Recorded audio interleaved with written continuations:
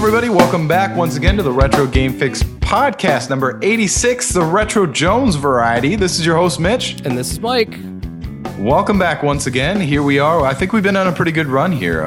Sometimes we just go on runs that last for months and months and months. And I hope that's what we got going on right here. So what's been going on, Mike? Not a ton, man. I picked up F1 2016, which is really good if you are a racing fan. I tried to play a little more Madden and realized once again that football games are boring as crap. So you bought the new Madden, huh?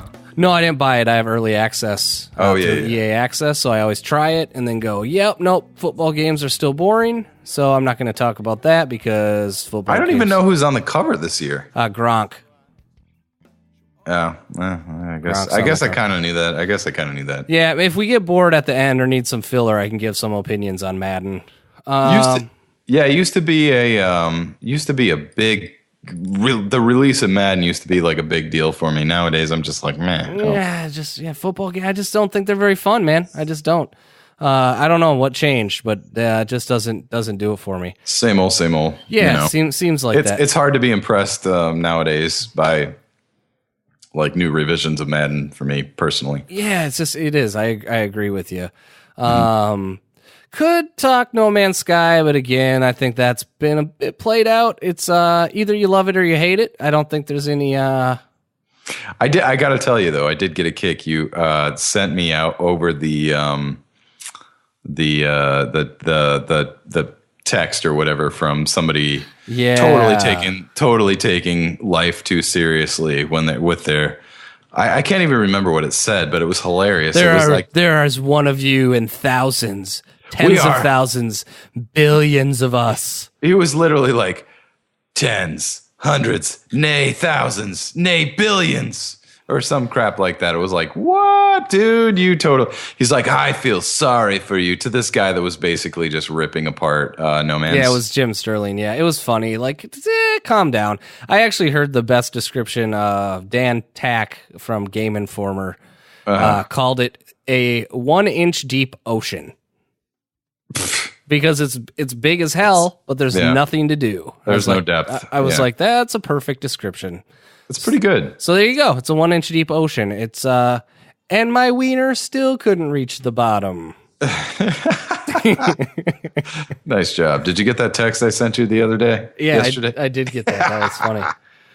Anyway, I found the drawing app on my text message thing yesterday. So I sent a few pics to Mike of stuff that I drew on the phone. It was hilarious. Yeah. So actually, real quick, and then let's get two other updates. I remodded my pedals on the racing cockpit to pull one of the springs out, and boy, does it feel even better. So, long story short, the T3PA Pro Thrustmaster pedals benefit greatly from putting a better spring in the accelerator. I doubled up the spring, which made it a little too stiff, and so I pulled one of the springs out, and it feels awesome, and that's what I've been doing for F1 2016. So super cool there. And then, there we go. What's going on? You sure you don't want to hit on that pinball story because it's actually kind of entertaining? Or is it gonna piss you off, and we should save it until the story? Maybe we should save it until the story's over. I would rather do that, to be honest. I have some development, and everybody knows that's been listening to this podcast for the last God knows how long, couple months. I'm obsessed with pinballs right now, and I had like the most maddening. I'm still pissed off about it, and I don't want to go into it today because it's still fresh, and I'm like, I really don't want to be mad at anybody right now, and like I've just been trying to like divert my energy to something else, something more positive. But we'll talk about it when it's over. How's that sound? Fair enough. All right. Anyway, I still don't have a Ghostbusters, though. That's not the bad part. The bad part is that CERN apparently can't produce enough. I don't know what they're doing right now. I hope they're producing machines right now. I don't know if they're taking like a siesta or whatever. Like, I don't know what's going on over there. But guys, build some machines. This is a high demand. This is your golden ticket right here. You just built an awesome pinball machine, and everybody wants one, and you can't keep up.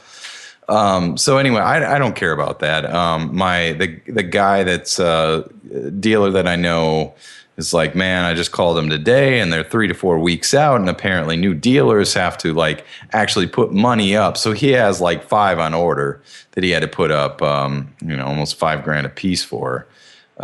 So he is not very happy. And because I was like, I don't mind. I really don't mind waiting 3 weeks for the Ghostbusters. I want it now. Let's get that right at least. But I'm like, yeah, if I got to wait 3 weeks, whatever. I don't care. As long as I get it in 3 weeks, I don't care. And he's like, man, I care. I've got like $25,000. Well, it's not that. It's probably more like $22,000 like wrapped up in these machines that haven't been sent yet. So anyway, I don't have that. Also, a quick note on pinballs. I'm not going to talk about pinballs any more than this today. Remember when I told you a couple weeks ago that I was the next guy in line for this Pinbot and F-14 Tomcat? Oh, yeah. Yep. That was in West Virginia, and the guy was like, I know the guy doesn't want to ship it, and it has to be done between August 1st and August 5th. I know he doesn't really want to ship it, but he'll probably ship it if you send it through Naval or STI, which I got a quote for about $470 for to ship both. And I would have done it, for these 2 particular machines. So anyway, I look on KLOV the other day, and dude that actually bought them that was first in line that followed through on it. Kudos to you for following through. I thought I didn't have to think about this again. Part of me was kind of relieved when the guy was like, nope, sold, sorry. It does bother me. The guy's flipping him now. He's flipping him on KLOV after like... Fuck that website. I'll say it. You've had probably better experiences there, but those guys are assholes. Oh, yeah, they all are. I agree. I don't disagree with you. Okay, good. So I just want to say that one more time. If you're on the fucking KLOV forums... Well, no. If you take it too serious. Yeah, if you take it too serious, yeah. Because I got thrashed one time, and I was like, over a shitty asteroids cabinet that I didn't have any parts for, that I turned into a 60-in-1. Like, fuck you. Anyway, like, yeah. I would have burnt the thing in the fire pit. At least it turned into something, a-holes. Right. Anyway, but anyway, so yeah, I don't disagree with you. Most of the guys on there, I think most of the people that aren't like that would probably agree with you that, most of the guys on there are total douchebags, and I probably wouldn't want to like hang out with these people in real life anyways. But a lot of them, there are some guys on there that I do hang out with, and that I think are some pretty awesome guys, and I hope people think that about me as well. I'm just talking about there's a handful of people. Actually. Oh yeah, I'm not going to generalize the entire community over a few jackasses, but those minority jackasses. We've had extensive... Like, literally are ruining the opinion sometimes. But I digress. We've had extensive discussions about, some collectors. I mean, every whatever it is that you collect, there's always a pocket of just guys that nobody can stand. Always. Yep. So, and unfortunately, those are the people that, in the case of KLOV.com, are the people that post the most. So anyway, you're talking about him flipping it. No, okay, yeah. So he's flipping it now. It's like, okay, he doesn't want much more, and he did put new displays in the F-14 or something like that, but it's like $29.50, and it's like that bothers me because I was second in line on that. He was like, oh, I didn't mean to, I didn't buy these with the intention of flipping it, but blah blah blah, I need to blah. Dude, man, why didn't you just let it go? And then I would have them in my house right now, and I'd be enjoying playing them, Part of me was relieved when I heard that he had bought them because I was kind of like, it's a lot of money, but I would have spent it. I totally would have, no doubt. So now he's flipping them, and I'm kind of like, oh, man, really?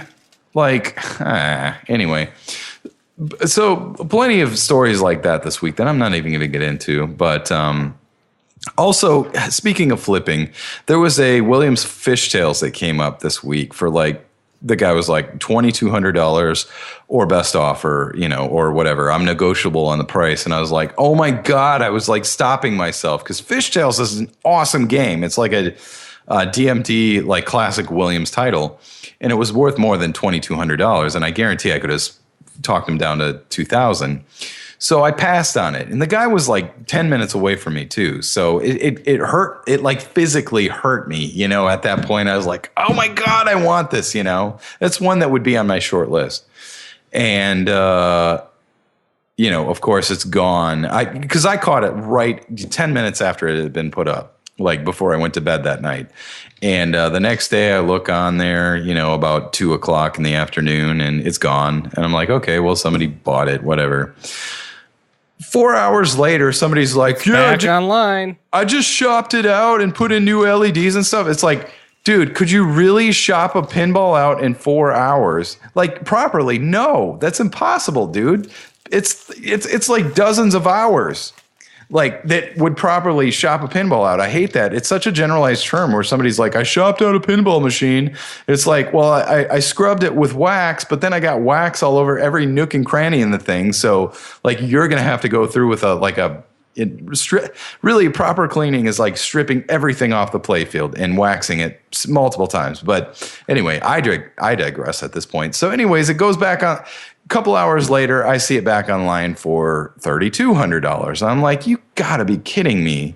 The next day, dropped it down to $29 and it was gone. I'm like, man, that just, flippers really bother me. That particular one especially like really bothers me. It's like, well, it's because like, I have to say, you know, you flip stuff, but when you do it, you go buy it, actually restore it, and then flip it. People that I buy junk and then I fix it. Yeah, people that are so petty that I'm gonna insult people. I don't even want to talk about it. Just get over it. Like it really grinds my gears. Yeah, there you go. Peter Griffin. But no, dude, that just, it really bothered me. I don't know why. Trust me, maybe it's just one of those weeks where like everything bothers me, you know, but like it really bothers me more than it probably should. And I will say that as maybe my disclaimer that like, I don't know why it bothers me so much, but it really bothers me because like I really actually should have just bought the stupid thing, you know? Yeah. But I'm so like, I want my Ghostbusters. If I make a move like that, I can't have a Ghostbusters, you know? So I'm doing this balancing act right now, which I don't like, you know? It's like, you know, for example, for my Roller Coaster Tycoon, do I just buy a freaking color DMD? It's like $400. I was like, I have $400, but I don't have $400. If I spend $400, that's coming out of my Ghostbusters fund. And then I can't afford a Ghostbusters right away because I don't know when these things are going to come in. I don't know if they're going to come in tomorrow or 3 weeks from now. So it really kind of sucks, you know? So I don't know. Maybe I'm just ornery from that, but I don't know. The whole flipper thing right now is just bothering me. So especially when it comes up 4 hours later and somebody's like, completely shopped it out and added LEDs. Well, fine for adding LEDs, whatever. But there's no way that you shop this thing out. Like define shopping something out. Like I half-assed it basically is what you should be saying. So anyway, and it sounded like a really nice machine anyways that was probably home use only and it probably would have been a steal, but I don't know. I hate this balancing act right now. Just get the CERN, just release the Ghostbusters or just catch up on your Ghostbusters orders so I can just get it and I can stop thinking about this stuff, you know? Yeah.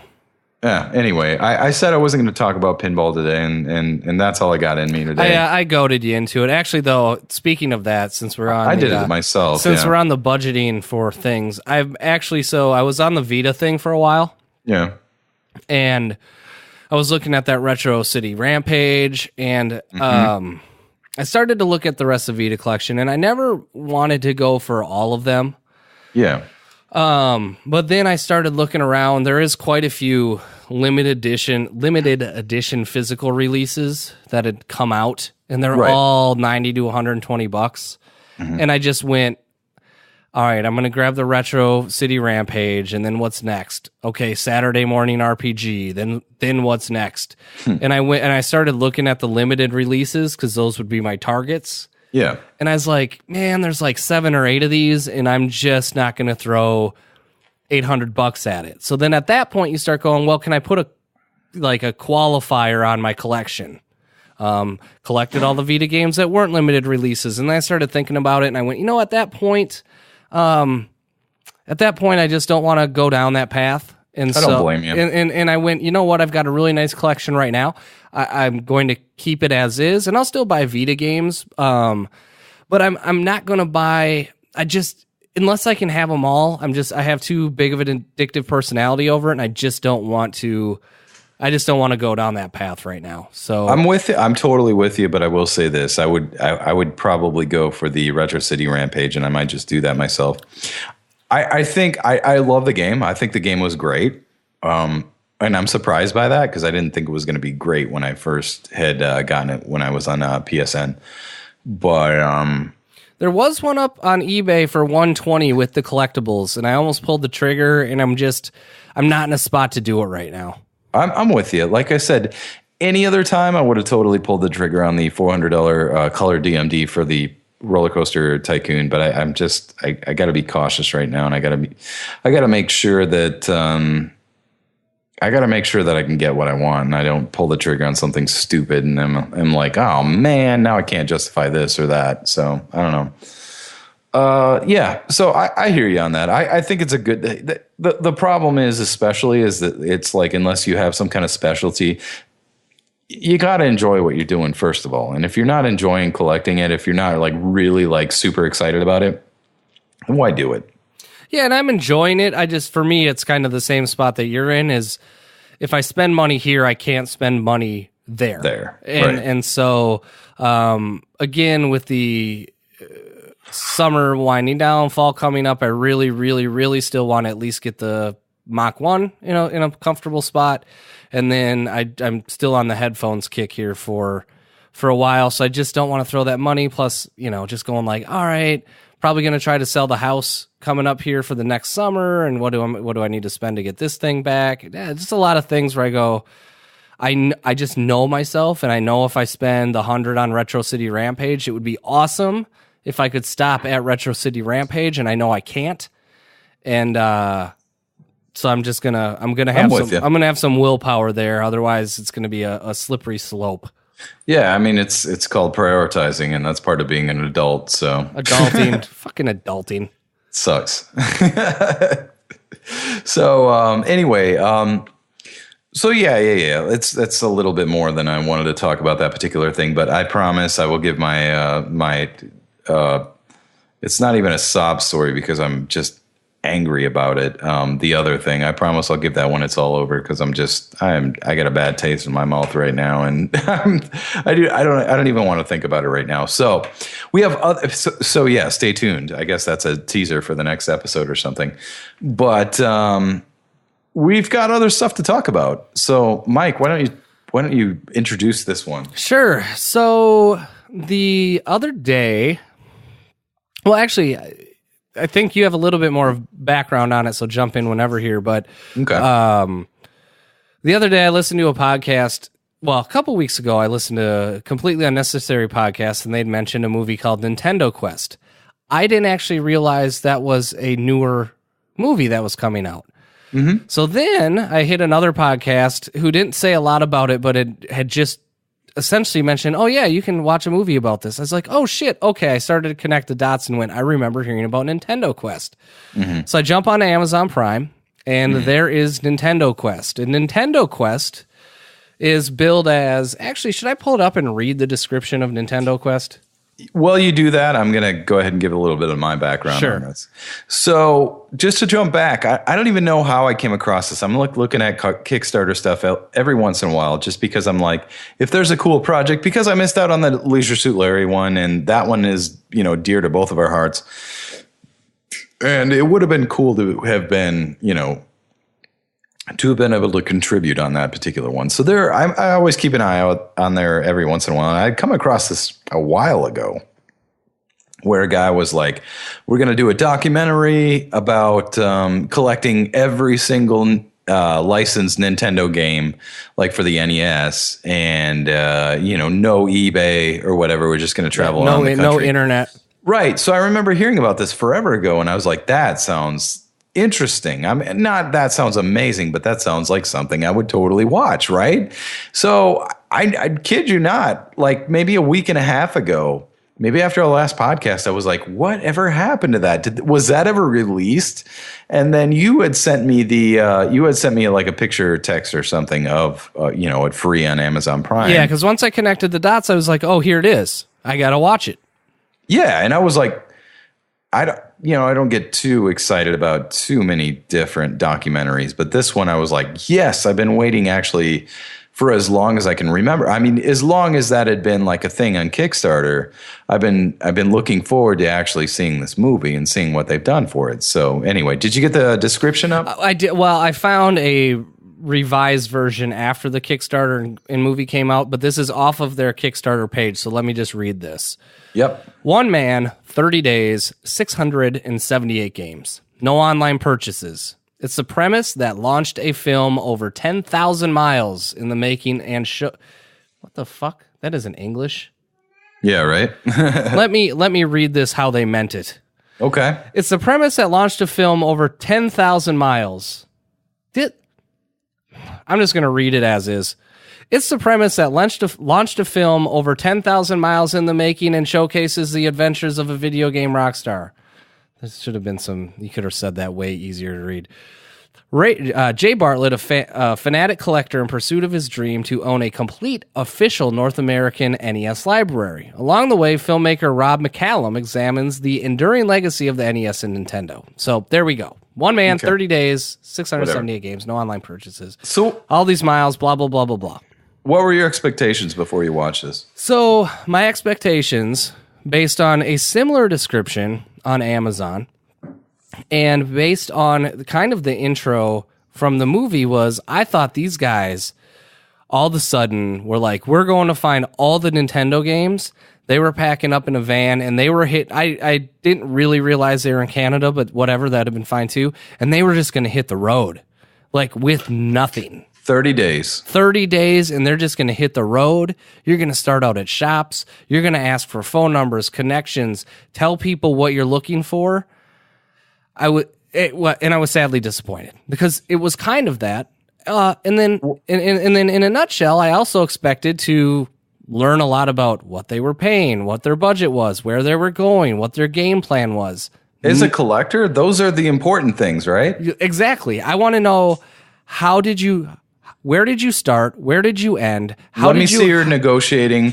I don't care if the movie. Well, let me jump back real quick too, because my expectations were similar. I was like, that is kind of cool. That's kind of interesting. Like, great. You're not going to use eBay. You're going to just search everything.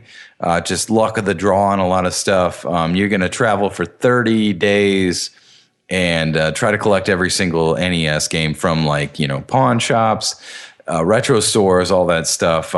That sounds pretty freaking cool. So anyways, I'm sorry, but no, I mean, in a nutshell, that would have been been the perfect NES collecting. I want to know, and specifically, I want to know, like, what did you get? What kind of deals did you get? Like, as a collector, that stuff matters,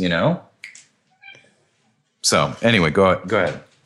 No, so I'm with you, and so I guess I don't know where we should completely start here because, I do want to point out, you can't call yourself a video game rock star in your own description. No, you really can't. Don't do that. That's stupid.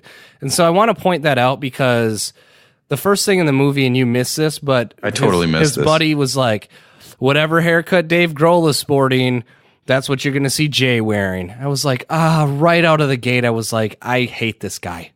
Well, because it was like, because I think that conversation sparked too, because I totally missed that, by the way, obviously. But where that kind of sparked too was that I was like, what the hell happened to this guy? I mean, it's just going to be petty if we're like ripping on this guy the entire time. We won't rip on the guy the entire time, but this came up at the beginning of the movie, and it pissed me off. Sure, where this came up between you and I because I was like, what the heck happened to the guy's hair? At the end of the movie, he looked like really weird.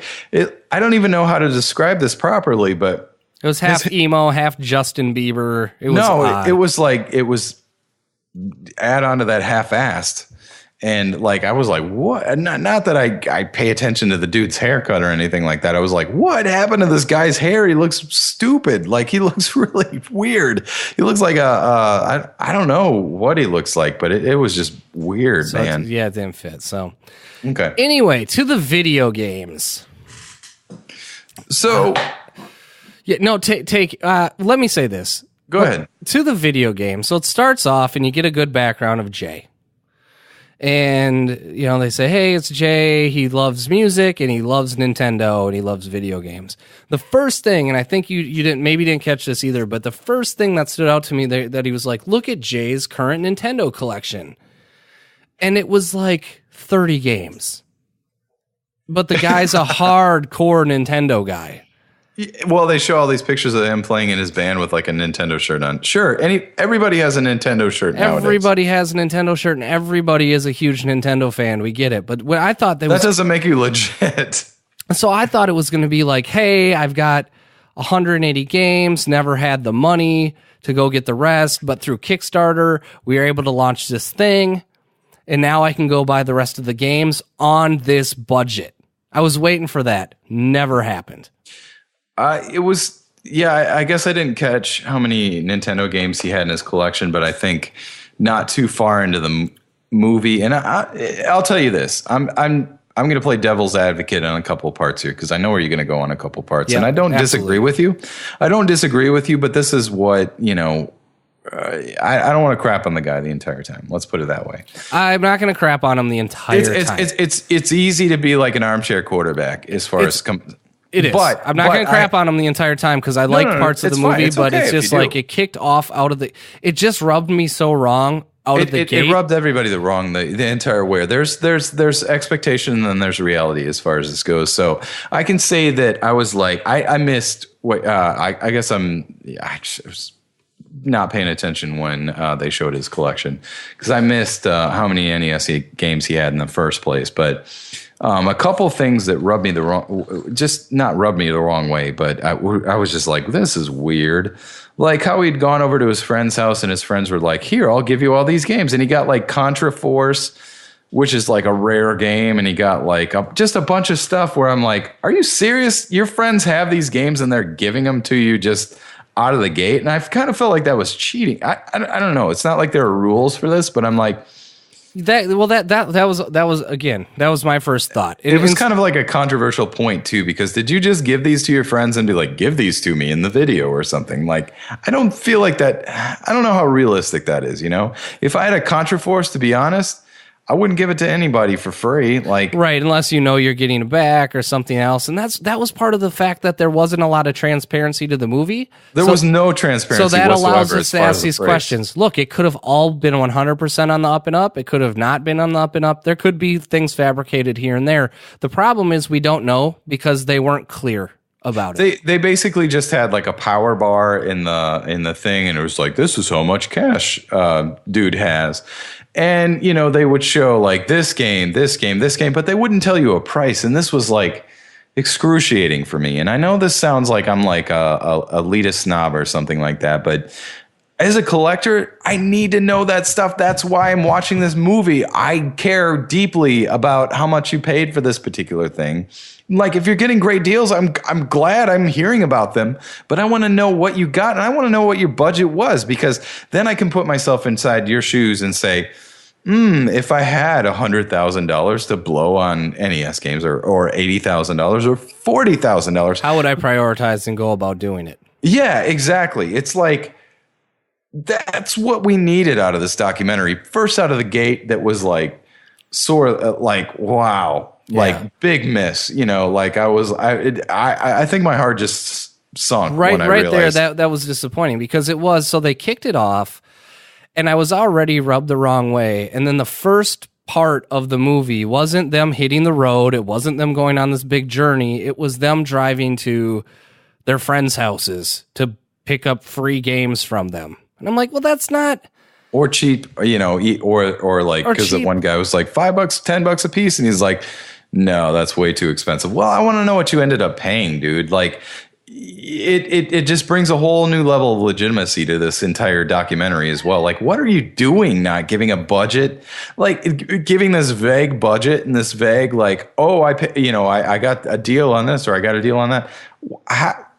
Like what? We need to know that. I really like. That's why I'm watching this video. That's why I was looking forward to watching. Like watching some guy just walk out of stores and then watch their little meter go up. I mean, I don't care. That's not entertaining. And I don't know, Mitch. Yes, I am going to have trouble just not ripping on this thing most. It's okay if you do. It's okay if you do. Because in all fairness, I'm going to try to play as a devil's advocate on some of this stuff. And I think you'll be able to. But like, look, I don't think I wasted my time. There was some enjoyable moments, but then like, I'll say this. No matter, regardless of all the complaints that we have right now, I did enjoy the movie. I'd still recommend watching it. I would. I enjoyed it. I ended up paying $5.99 for it, and I think it was $5.99 well spent. I would spend $5.99 on something similar. You know, I'd recommend watching it, but then I don't feel like I was ripped off or anything like that. I felt like it was solidly worth $5.99. Yeah, so free in your case. Let's run through this then. All right, so we get to the point where he's hitting up his buddy's house. Yep. So you've got two main people. You've got Jay, who's the collector that loves Dave Grohl, and you've got Rob, the guy making the movie, and his friend that, for whatever reason, continues to use time to insert himself into the movie instead of giving us actual relative information that we care about. And let me stop you right there, because this is really, really important. And I did read a lot of reviews on this, and everybody, I think, has the exact same thought we do on this. Like, what is his name, Rob? Rob, yeah. Get out of the movie. Just take yourself out of the movie. Everybody that I'd read the reviews on were like, I found myself fast forwarding through this crap. It's like, dude, you could have had like him haggling with people and stuff like that. You could have had so many more like enticing things. Because who is this movie geared towards? Is collectors. Yeah, collectors don't give a shit what you're saying. I'll say this, as far as Jay goes, you know, he still kind of ended up relatively likable by the end of the movie, but his friend Rob, it was like he would record a scene and then he'd cut to himself in front of a green screen, which obviously showed like some Nintendo shit in the background. He was like, the Nintendo blah blah blah blah blah in 1985 and blah blah. And here we come. For blah blah blah. It was like. Expounding on like it was horrible. Like I was like, my God, dude, you're just trying to get like scenes in this movie. You're trying to be relevant in this movie, and it has nothing to do with you. Yeah, I don't care how good of friends you are with this dude. Yeah, that wrecked it. So anyway, so that said, this dude hits his friend's house. It's like we've already mentioned. He goes and gets all these things. Then at one particular moment, they get into the car. Yeah, I think it was Super Contra Force. He gets into the car and he's like, got Kirby's Adventure. Glad to get this one out of the way. No, it wasn't even that. He'd gone to a store and got all these great deals and stuff like that. I didn't go back. I think I rented it for $5.99, so I can't go back. But he had 7 days, so I don't think you could at this point because that was last Saturday. But yeah, I don't know. I don't care. I'm not going to watch it again. But he got like 25 games right off the bat from this first store that he had gone to somewhere in Canada around, I think it was like within an hour or two drive from where he lived. And he was like, I got this and I got this and I got this. And one of the games in particular, I was like, dang, that was a good grab, man. And then he comes in and he's like, they're like, what do you think the best deal that you got was? And he's like, Kirby's Adventure. Because it was a first-party title and they're really hard, you know. Okay, I get what you're saying to an extent, but you totally just missed other crap that's way more valuable. Like, you know, at that point, and I'll say this, and this is where I'm going to play devil's advocate a little bit. We're going very slow through this, but it's worth talking about every instance in this. But you realize it's like, he's just a dude that hasn't done a lot of research. He doesn't have a lot of like personal history on like, the library, like the Nintendo library. And, you know, I've got a better, experience than that. to that point in the movie, I do, but I still don't consider myself an expert, Yeah, I just felt that's when he's kind of a noob, he's just going by like what the internet values and stuff are, price charting list. And part of it, to devil's advocate myself, the fact that if he wasn't a noob, he probably wouldn't be on this journey. So I get the kind of juxtaposition that the movie is presenting to us it was fine. He just kind of that bothered me, and that was like what are you excited about? And like that was really kind of the like second or third thing. He was like Kirby's Adventure, and I'm like, yeah, it's a great game. I love it too. But it's like a $20 game. I'm like, but come on, player.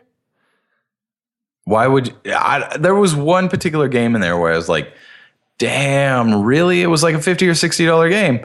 And I was like, you got that for a couple bucks, supposedly, or something like that. And it's like, what do you think the best grab was today? Kirby's Adventure. I don't know about that. But anyway, that's when I think like every like Nintendo snob, maybe myself included, was like, lost. Yeah, kind of. I would say this, but there's three other people in that van, and not once were they like, hey, I'm going to kill this. Don't say Kirby's Adventure. That sounds stupid because you're wrong. None of them knew anything about it. Let's re-record that where you don't say Kirby's Adventure. All right? But I will say this. And Kirby's Adventure is awesome. It's a classic. Fantastic. It's great for the NES. Love it. I will say this, though.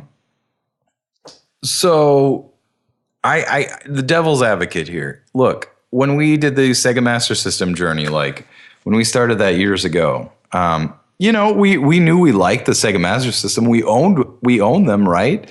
But as far as like the extent, like what's rare and what's and this is going to tie in later in this conversation as well. I know it, but like when we started the Sega Master System journey, I would say that we're maybe a little maybe where this guy was. We were further than that. Maybe, in fairness, we were a little bit wet behind the ears.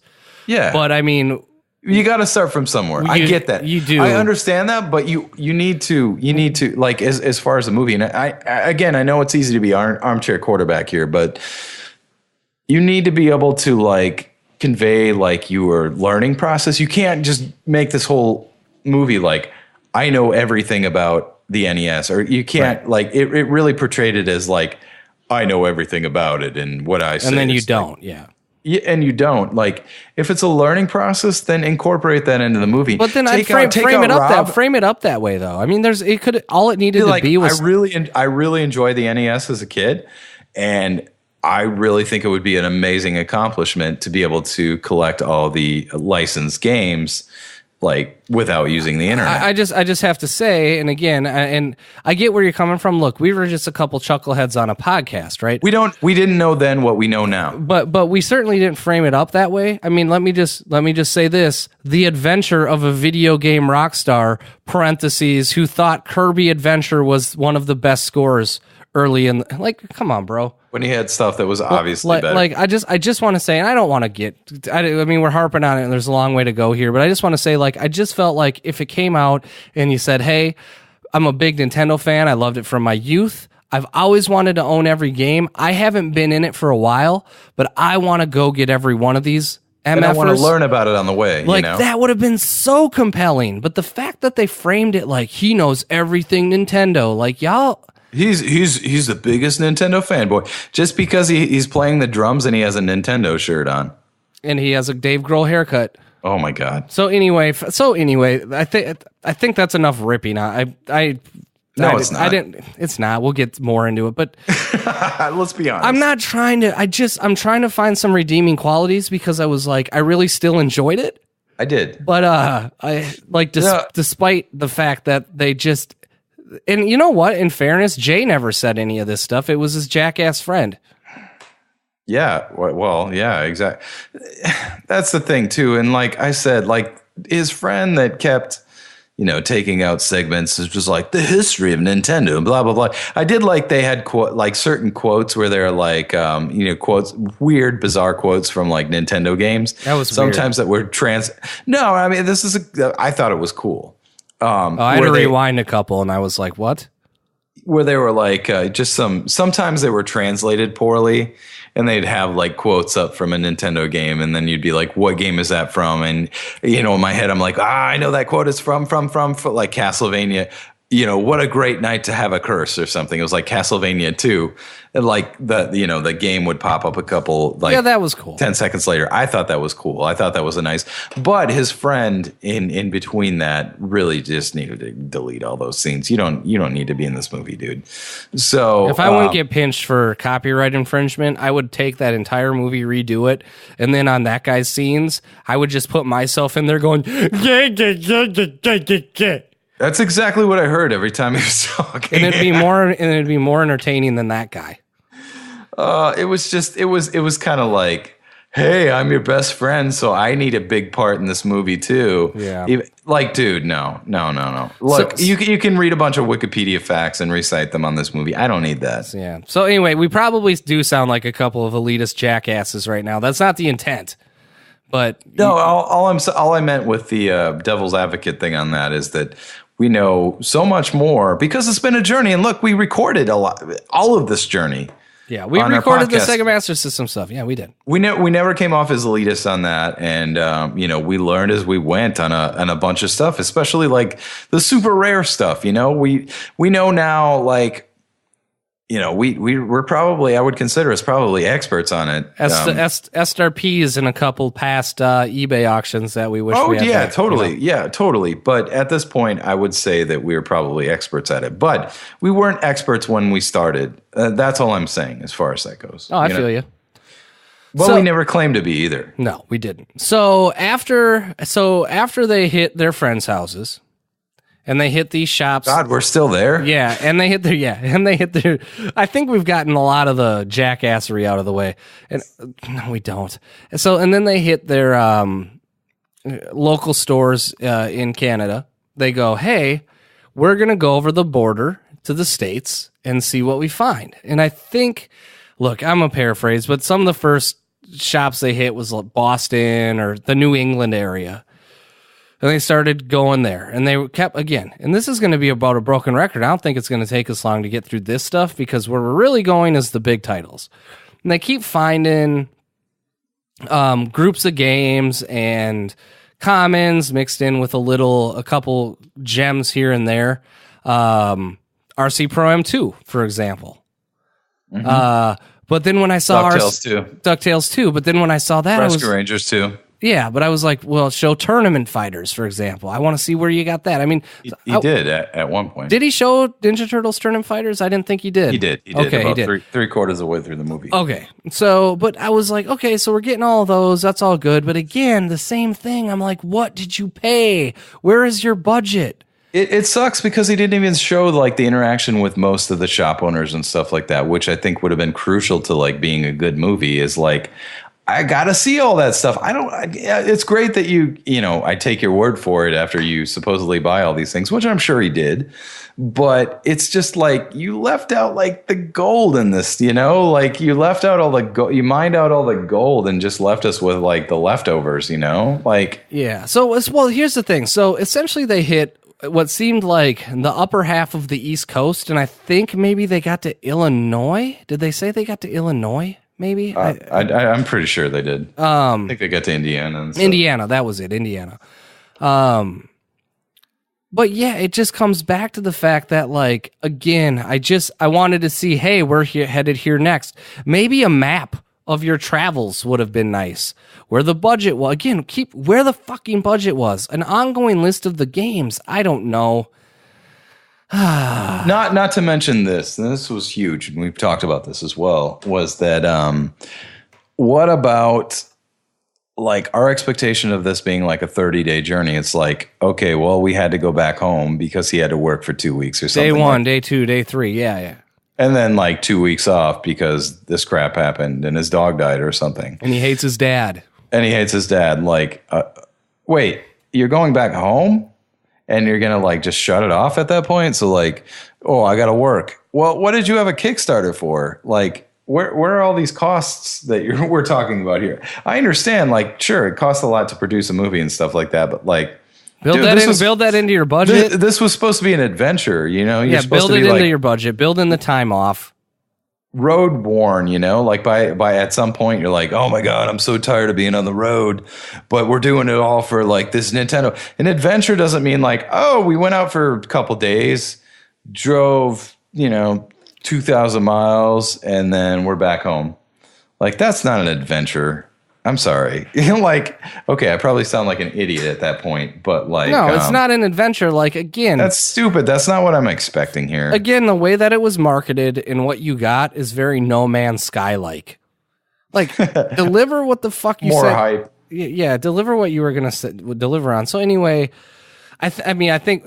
So we've hit on that. So anyway, there's the big titles. Little Samson and stadium events.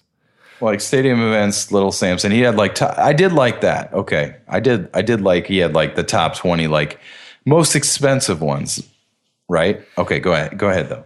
No, no. Actually, go into that more because I forgot about that.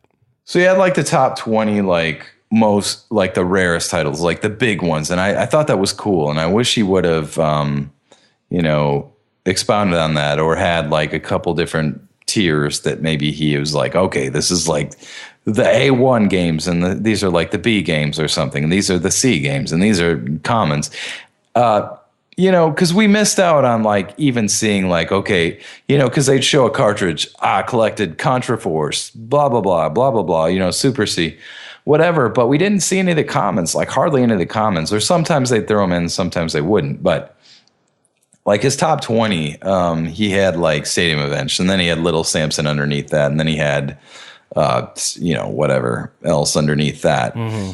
So the entire time he's like hung up on Little Samson more than anything else. And you know what this reminds me of? Let me go ahead and throw this in there before we actually get this in. I thought about this extensively because that's the kind of things we think about because we're video game podcasters. But anyway, like it reminds me of the James Buster Douglas of the Master System, Yeah.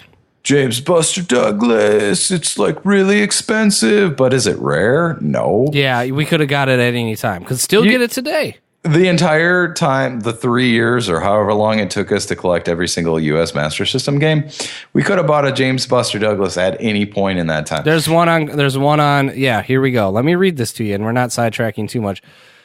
eBay.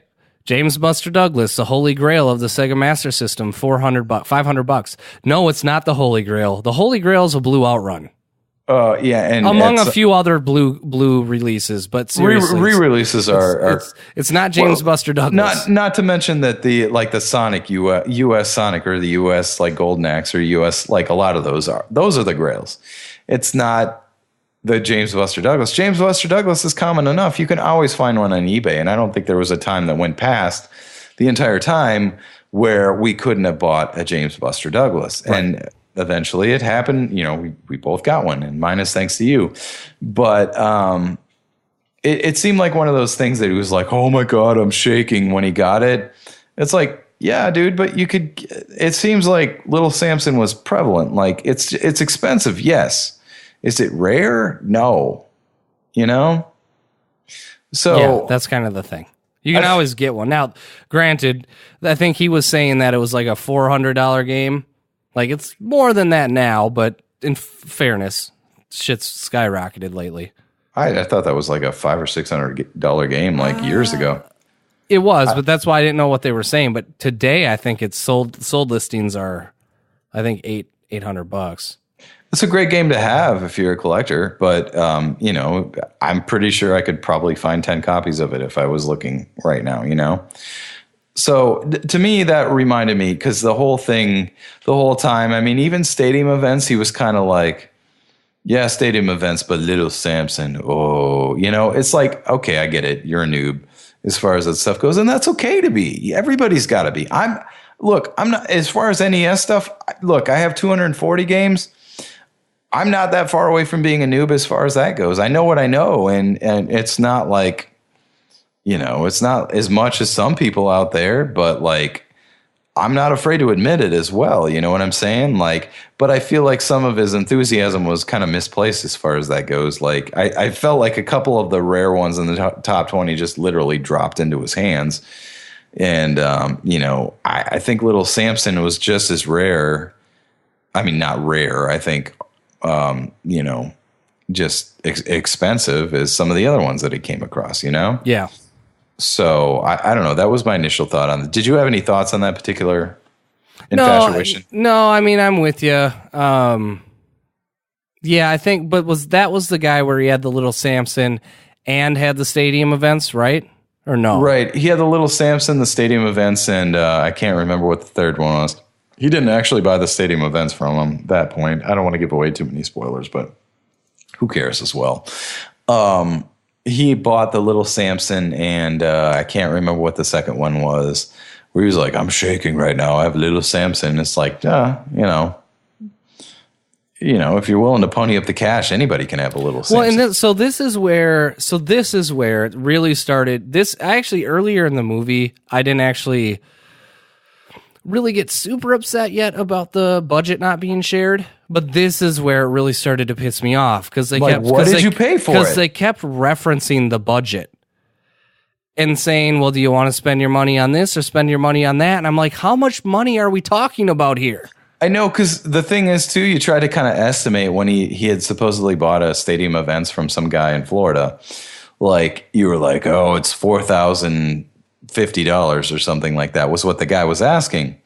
And then he was like, okay, there goes my budget. And it went down by like maybe 10% or something. I was like, what is it? Like $40,000 that you have? Like, is that accurate? Like, right. Cause that's the big difference. Oh, it just drives me nuts. They need to re-release this video with like actual budget information so we can like take you seriously on this.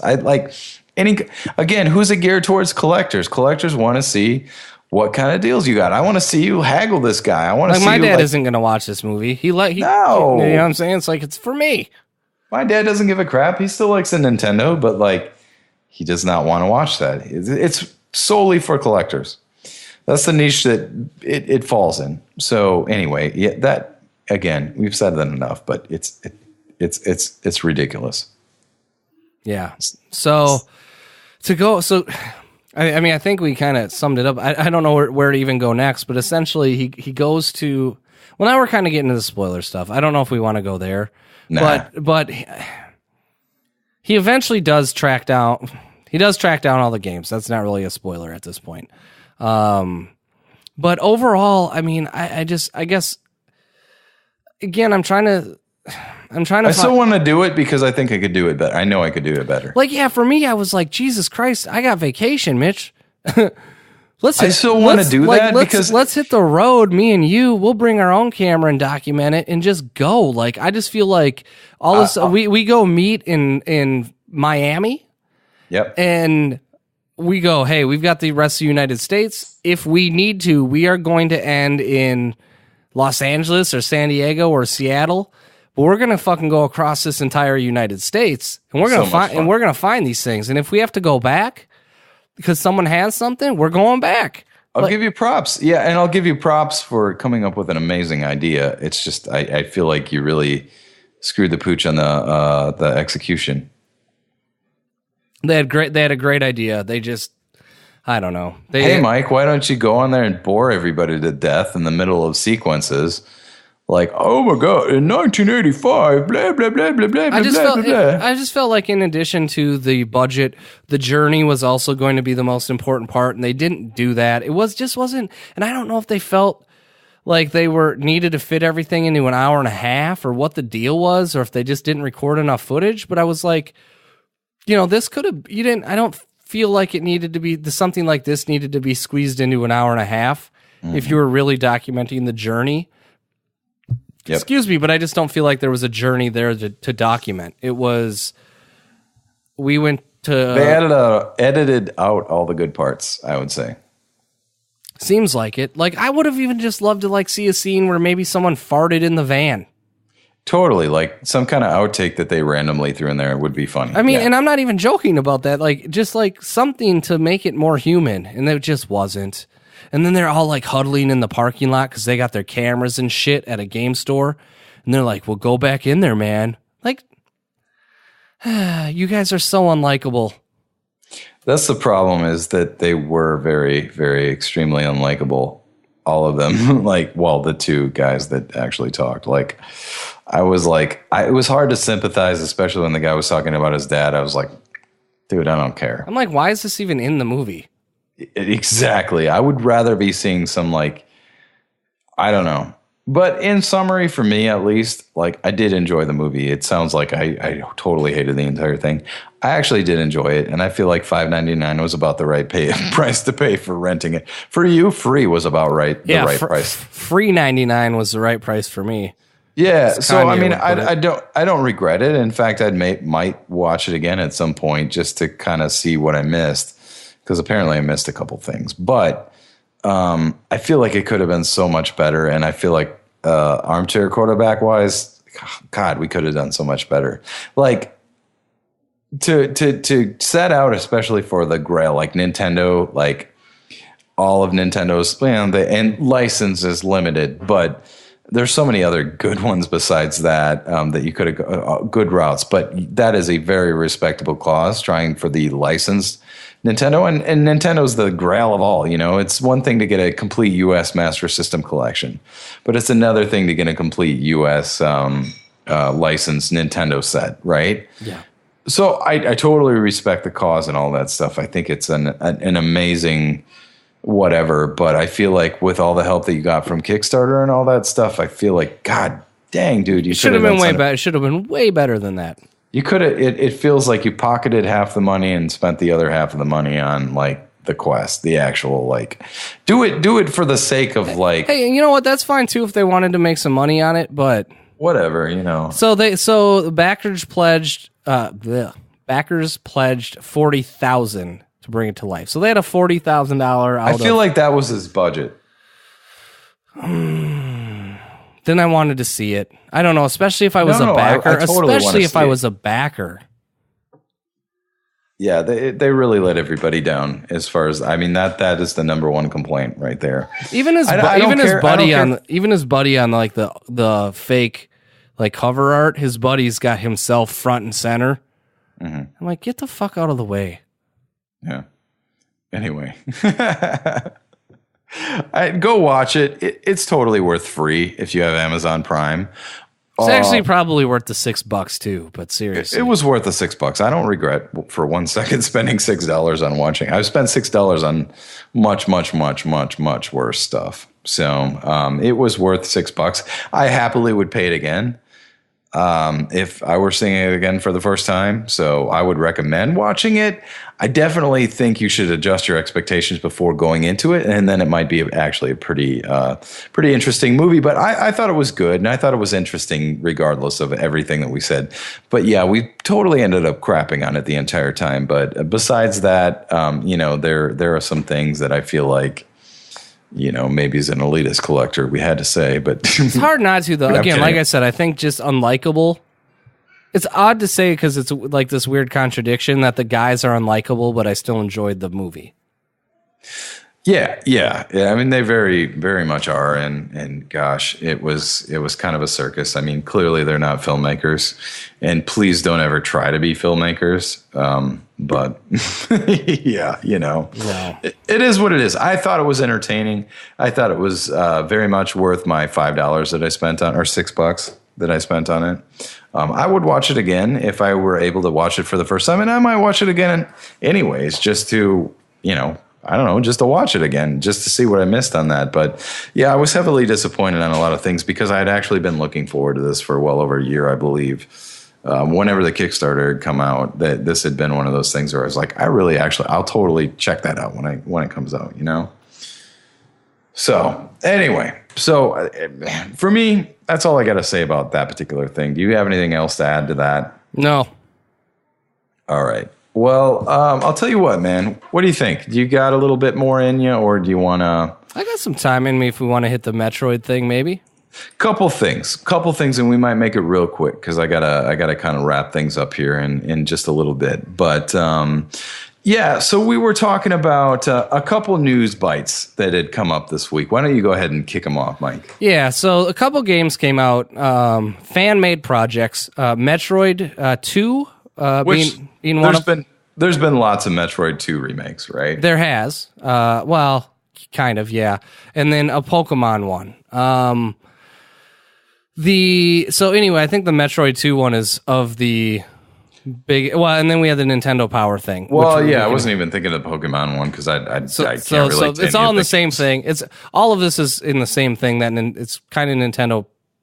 Our whole podcast today is Nintendo centric. Yeah. So and then also Nintendo Power's hit archive.org. So we have this collective of really kind of fan made stuff of hitting the internet from Nintendo.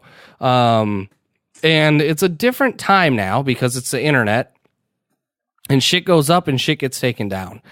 And so I'm not going to speak to the Pokemon one because I don't know enough about it, but I don't know anything about it, to be honest. In the case of archive.org posting a bunch of the Nintendo Powers and this fan-made Metroid, Nintendo made claims on both of these things to get them removed from the internet.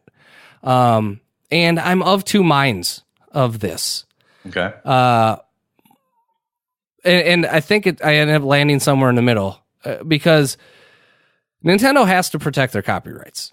Like they're legally obligated to do that. Otherwise, if there's something actual serious later, then they're going to have a hole in their history of protecting their copyrights, and it presents an entire bunch of legal squabbles that they probably don't want to get into. Sure. So they send cease and desist letters to get these things off the internet, right? Mm-hmm. I almost wonder, Nintendo knows about this shit before it comes out. Mm-hmm. And they didn't fire off cease and desist letters until these things hit the internet. And I almost wonder if they just let them hit the internet knowing once it hit the internet that it was there. Mm-hmm. Because they could have fired copyright claims to these people long before they put these things on the internet. You know what I mean? Yep. And so I love that fan stuff is being made, and I love that old video game magazines are hitting the shelves, and there's other places to find that stuff too on the internet.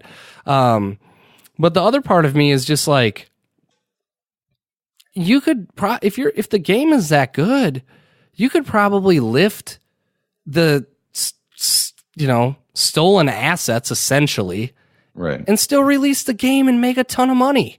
Yep.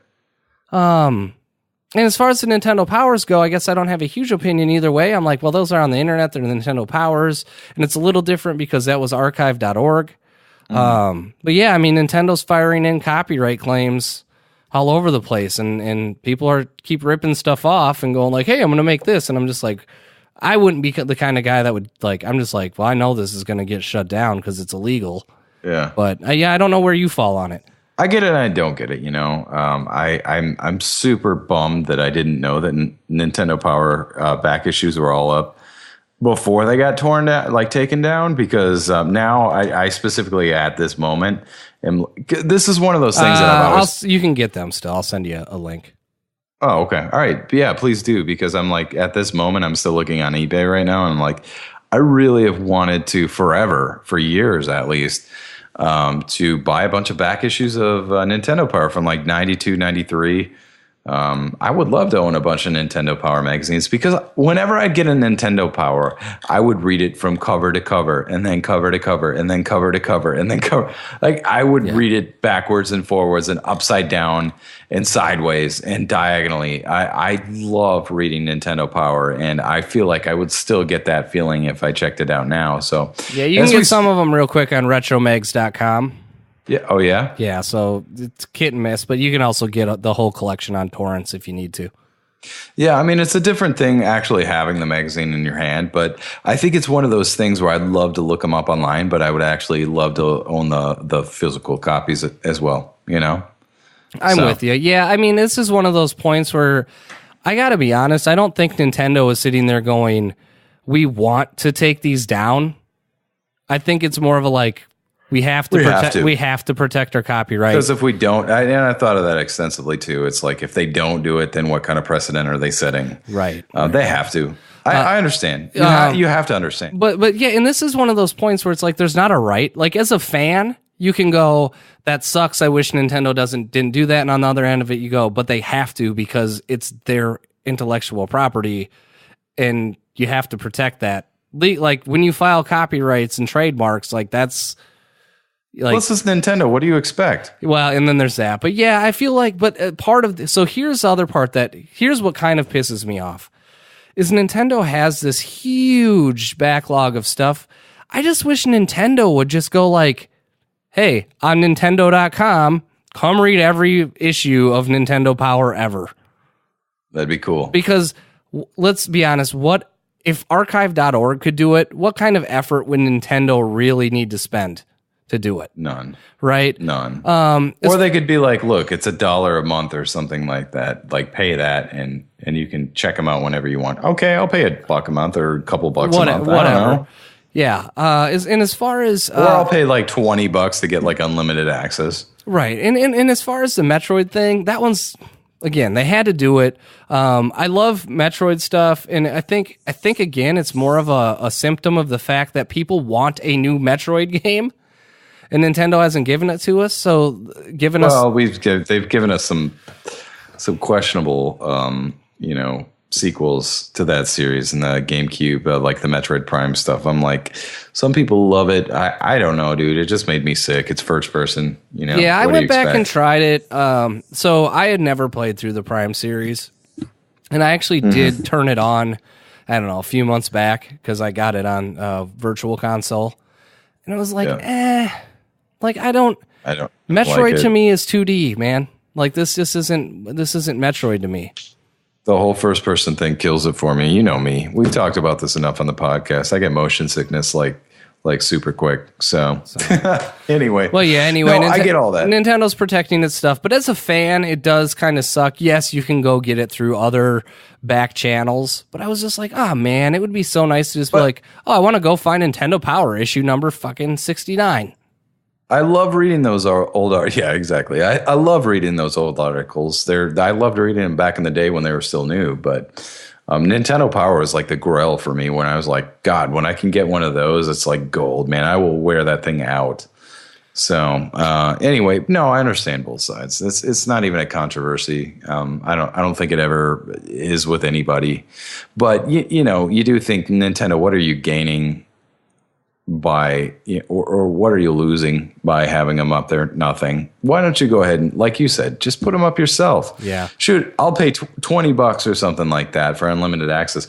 What other profits are you going to make off of this defunct magazine? That's one of those things where, like, look, the amount of money they would make isn't going to move the needle for their bottom line one way or another. If they get 10,000 people to pay $20, like, that's not a lot of money to Nintendo. I'm just saying, retro is in right now. Retro is in right now. It would be a big hit. Just put them up. I mean, if you're you have to protect your copyright for future lawsuits if they come up. But like, of course, just put them up. Just put them up. If you have them, put them up.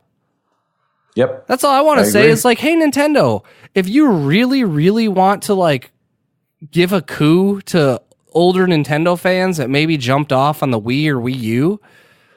Throw these old Nintendo Powers online in PDF. You can't tell me that they don't have those things if archive.org was able to post them. Right.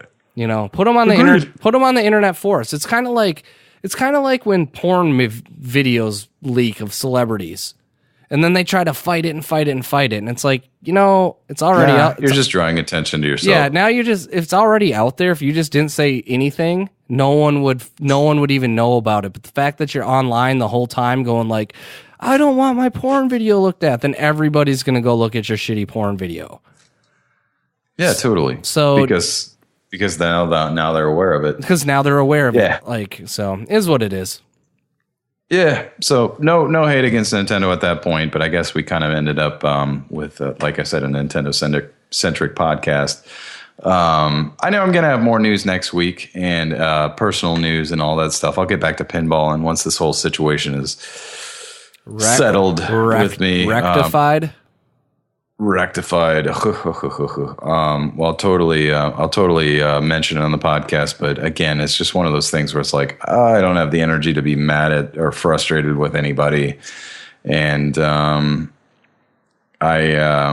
I just don't have the capacity for that right now. I just don't have the energy to take up with all that stuff. So maybe by next week I'll be ready to do that. But I'm glad to talk about it. It actually is. I think it would make for a pretty entertaining story. But right now it's entertaining in the fact that I'm just mad about it. So let's go there next week, and we'll talk about that. And of course we've got so much to talk about.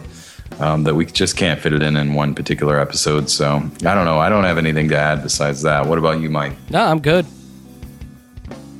Awesome. Well, let's go ahead and wrap it up right there. I got a split here. So for RetroGameFix.com, the Retro Jones podcast number 86. This is Mitch. And this is Mike. And we'll catch you next time. See ya.